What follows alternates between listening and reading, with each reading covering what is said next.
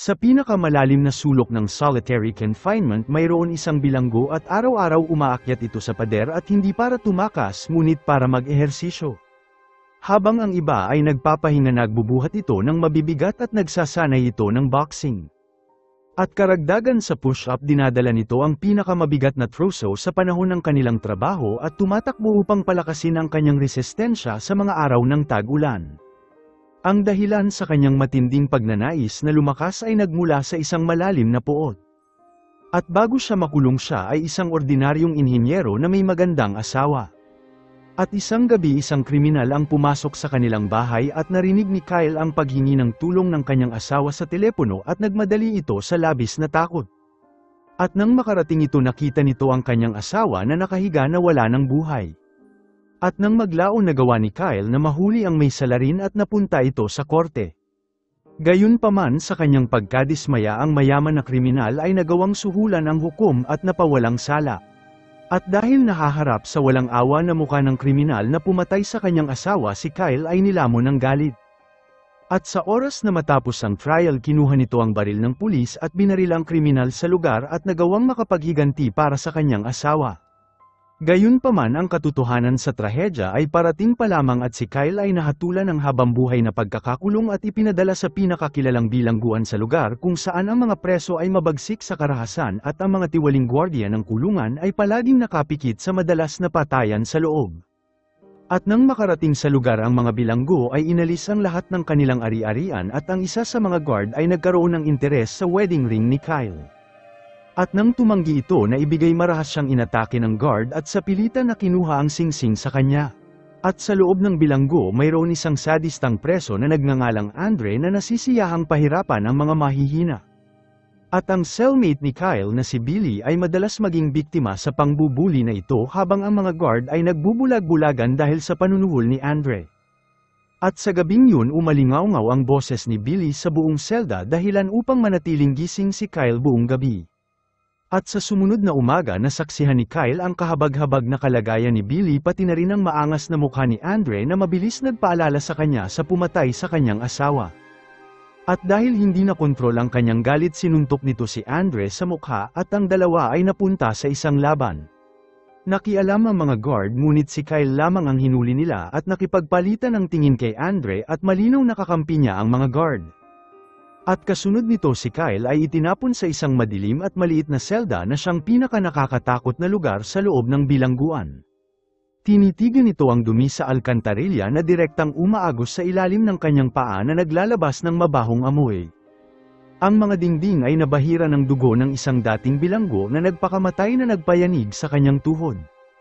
At araw-araw ang pagkain na inihahain ay isang mangkok ng parang pagkain ng aso na kahawig ng pagkain ng baboy. At ang pagtulog na nakahiga sa isang slab na bato sa tabi ng imbornal ay hindi na makayanan ni Kyle. At sa kailaliman ng gabi pinunit nito ang kanyang damit at ginawa itong pansamantalang lubad at nagbabalak na tapusin ang kanyang sarili ngunit ang uniforme ay pinigilan siya kahit pa sa kagustuhan nito mamatay. At dahil dito nakita nito ang pader at inihampas ang kanyang ulo ng paulit-ulit dahilan upang mawalan ito ng malay. At sa mga sandaling yun isang gamo-gamo ang lumitaw sa harapan niya at lumipad muna saglit bago tuluyang lumapag malapit sa mangkok ng pagkain. Kinuha ni Kyle ang mangkok at ang gamo-gamo ay lumapag sa kutsara na parang pinapaalala sa kanya na kumain ito at manatiling buhay. At sa kaibuturan ng kanyang kamalayan naalala ni Kyle ang kanyang mabait na asawa at nabawi nito ang kanyang kalooban para mabuhay at pinilit nito ang kanyang sarili na kainin ang mahirap lunukin na pagkain. At nang si Kyle ay nakalabas sa madilim na selda inilipat siya ng mga guard sa ibang selda na naglalaman ng 4 na kama ngunit isa lamang ang tao sa loob. Malamig na sinabi ng guard sa kanya na isang serial killer ang nasa loob at pinatay nito ang 3 dati niyang kasama sa selda. Sinabi ng guard sa masamang tono na kung gusto ni Kyle na mabuhay dapat ay bigyan siya nito ng pera sa lalong madaling panahon upang ayusin nito ang ibang selda. At kasunod nito si Kyle ay ipinasok sa loob at doon na pagtanto niya ito ay inookupahan ng isang mapanganib na tao na nagngangalang 451. At sa sumunod na umaga nilapitan nito ang guard at ibinigay ang lahat ng pera na nagawa nitong makalap at umaasang ilipat siya ng selda. Tinanggap ng guard ang pera ngunit sinabing hindi pa ito sapat at alam ni Kyle na siya ay nilinlang lamang ngunit wala itong pagpipilian kundi ang magtiis. Unti-unti nitong nalaman na ang bilangguan ay nahahati sa tatlong malaking faction na patuloy na nakikipaglaban sa isa't isa. Ang unang taong sinaktan niya na si Andre ay hindi lamang nagsilbi bilang pangalawang in command ng isa sa mga faction ngunit naghahari din ito sa pakikipaglaban sa bilangguan. At ang bilangguan na ito ay mayroong malupit na kompetisyon kung saan ang mananalo ay nagkakaroon ng mataas na status sa loob habang ang mga natatalo ay brutal na binubugbog hanggang sa mamatay. Ang mga guard at warden ay alam ang mga bagay na ito at hindi lamang nila ito pinapahintulutan ngunit palihim din itong pinagkakakitaan. Hindi pa handa ang grupo ni Andre na paalisin si Kyle at habang nasa trabaho sila inatake nila ito at binugbog habang nanunood ang mga gwardya sa gilid. At hindi lamang sila walang pakialam ngunit inilagay din nila ito sa isang selda pagkatapos ng insidente. At sa tag-ulan direktang bumuhos ang tubig ulan sa loob at mas nagpalala sa nakakakilabot na amoy sa kapaligiran. Sa kawalan ng pag-asa na unawaan ni Kyle ang isang bagay sa lugar na ito at karahasan lamang ang magproprotekta sa kanya.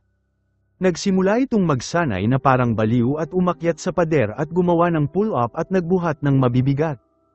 At matapos ng buwan na pagsasanay nakuha ni Kyle ang kanyang unang laban at ang kanyang kalaban ay walang iba kundi si Andre.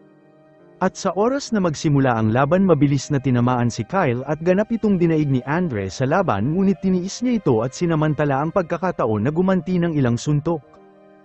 Ngunit sa sandaling makarecover si Andre ipinagpatuloy nito ang panggugulpi kay Kyle ng walang awa. Hinawakan siya ni Andre sa isang balikat at ibinagsak siya sa lupa at walang awa na tinuhod siya sa ulo. Si Kyle ay naiwang duguan sa laban at nagpupumiglas na tumayo at pagkatapos hinawakan ni Andre ang kanyang binti at inihampas ito sa isang pilar. At sa mga sandaling yun si Kyle ay umatake ng isang sipa sa singit ni Andre at sinunggaban siya at kinagat ang kanyang leeg na binaliktad ang sitwasyon. Ngunit napagtanto ng mga guard na tila may mali at nagmadali upang paghiwalayin sila. Si Andre ay binawian ng buhay dahil sa labis na pinsala at nang masaksihan ang eksena mula sa mga preso hanggang sa guard at maging mga pinuno ng faction ay nagulat. At habang ang kanyang katawan ay napupuno ng dugo naglabas ito ng malahalimaw na sigaw na nagpanatili sa lahat. At sa mga sandaling yun si Kyle ay naging bagong kampiyon sa loob ng bilangguan at ang kanyang estilo sa pakikipaglaban ay maging walang ingat. Titiisin nito ang kahit anong suntok at pagkatapos ay ibabalik niya ito ng sapat hanggang sa mapatambi niya ang kalaban. At dahil ang patakaran ng laban ay dinidikta na ang matatalo ay mamamatay pinapatay ni Kyle ang bawat makakaharap nito at patuloy na pinataas ang kanyang status sa loob. Ginupit nito ang kanyang mahabang buhok at nagbihis ng maayos at nagpapakita ng imahe ng isang boss. Ang taong lubos na naiiba kay Kyle ay ang kanyang cellmate na si Billy na nahaharap sa karahasan sa bilangguan at nais lamang ni Billy tumakas at sinubukan niya ito ng maraming beses. At isang araw ginamit nito ang isang nakaw na susi upang buksan ang pinto sa selda at kukunin ang nakatagong pares ng pliers nang mahuli siya sa akto ng isang guard. At sa pagkakataon na ito ang kapalaran ni Billy ay malungkot at ibinigay siya ng guard sa isang malaking lalaki na pinahirapan siya hanggang sa halos mawalan na ito ng buhay. At bago ang kanyang kamatayan sinabi ni Billy kay Kyle huwag ito maging kung ano ang gusto nila at napagtanto ni Kyle ang kanyang pagkakamali at nagsimulang labanan ang karahasan. Isa pang laban ang dumating at ang kanyang kalaban ay ang malaking lalaki na pumatay kay Billy. Gayunpaman pinili ni Kyle na sumuko at tumanggi na lumaban kahit ilang beses ito sinaktan. Naging sanhi ito sa warden na nanunood ng laban na mainis sa harap ng kanyang mga bisita. Inutusan nito ang mga guard na kunin si Kyle at isinabat ito sa isang bakal na frame at sinabing iiwan itong nakasabit hanggang sa pumayag ito na lumaban o mamatay. At araw-araw sa ilalim ng nakakapasong init ng araw at malakas na ulan si Kyle ay mabilis na lantang ngunit hindi ito nakipagkompromiso. Ang kanyang espiritu ng pagtutol ay nakahawa sa iba pang bilanggo at unti-unti nilang napagtanto na sa kulungan na ito ang warden lamang ang nagwawagi. At bilang resulta ang salungat sa pagitan ng mga faction ay naresolba at wala nang laban ang naganap sa arena. Ang plano ng warden sa paggawa ng pera ay ganap na nasira at sa ilalim ng pagpupursige ni Kyle nagtagumpay ang kapayapaan laban sa karahasan gayunpaman hindi nang ahas ang mga guard na patayin siya. At isang araw si Kyle ay pinakawalan at nilayo ng warden na gamitin siya bilang isang halimbawa. Ngunit sa halip na utusan ng guard na umatake, naglabas ang warden ng isa pang preso na tila parang halimaw na may taas na 2 metro. Niluwagan ng lalaki ang kanyang tanikala at sinugod si Kyle at walang awa itong binugbog at nagtangka na patayin siya. At sa mga sandaling yun, desperadong kinatok ni Kyle ang bakal na pinto at narinig ng lalaki ang kalabog at mabilis siyang binitawan. At lumalabas na sa tuwing makukulong si Kyle sa solitary confinement, naririnig nito ang isang katok sa dingding sa kabilang pinto at tutugan ito ng 2 tapik. At sa paglipas ng panahon, naging kaibigan nito ang misteryosong preso na yun na nagkataon na ang lalaki. Ang lalaki na tila wala sa katinoan ay nakilala si Kyle at lumapit sa kanya upang hawakan siya, at ang eksena na ito ay ikinagulat ng warden na mabilis inutusan ng mga guard na kunin ang kanilang mga baril. At upang protektahan si Kyle, matapang na sumugod ang lalaki sa mga guard at tinanggap ang mga bala at pinatumba sila at nasira ang iba pa sa pinto ng kulungan bago tuluyang bumagsak. Ang mga galit na bilanggo ay nagsimulang salakayin ng mga guard at hindi nagtagal ang riot ay lumala ng may karahasan at pagkasunog habang ilang pagtakas ang naganap. At hindi nagtagal dumating ang armed forces na armado ng mga baril at doon lamang sa pilitang napigilan ang gulo. At sa panahon ng kaguluhan, nakatagpo ni Kyle ang kanyang cellmate at lumalabas na hindi ito isang masamang tao kundi isang hukom. Ang mga tao na pinatay niya ay pawang gumawa ng mga karumal-dumal na krimen at itinago din nito ang isang diary na puno ng ebidensya ng marahas na ginagawa ng warden upang kumita ng pera sa loob ng maraming taon. Ibinigay niya ito kay Kyle at inutusan na ilabas ito at ilantad ang warden, at kung paano ito makakatakas ay may plano ang lalaki. Gusto nito sumali si Kyle sa isa pang laban at hindi na importante kung manalo siya o matalo. At ang warden, para sa kapakanan ng kanyang dignidad, ay ipapadala siya sa lugar ng pagbitay na magiging perpektong pagkakataon upang makatakas. At hindi nagtagal, hinarap ni Kyle ang kanyang huling laban at ang kalaban ulit nito ay ang pumatay kay Billy. At sa pagkakataon na ito, sa pagharap sa buong lakas ng mga suntok ni Kyle, mabilis itong natalo at inihagis sa isang pilar at nagbayad para sa buhay ni Billy. At dahil dito, si Kyle ay dinala sa execution ground at sa lugar si 451 na nagtatago ay biglang sumalakay at tinulungan si Kyle na talunin ang mga gwardya. At kasunod, pinalitan ni Kyle ang kanyang damit at inutusan siya ni 451 na sumakay sa sasakyan ng warden, ngunit nanatili si 451 sa lugar dahil marami pa itong importanteng bagay na dapat gawin. At hindi nagtagal, dumaan si Kyle sa ilang mga checkpoint, dala ang ebidensya at sa wakas ay bumalik sa kalayaan bilang isang tao na dala ang hustisya.